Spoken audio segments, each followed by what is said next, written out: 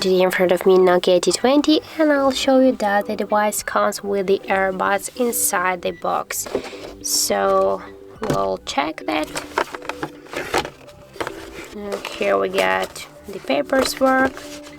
Also get here the SIM tool and to the, I think, the CD card.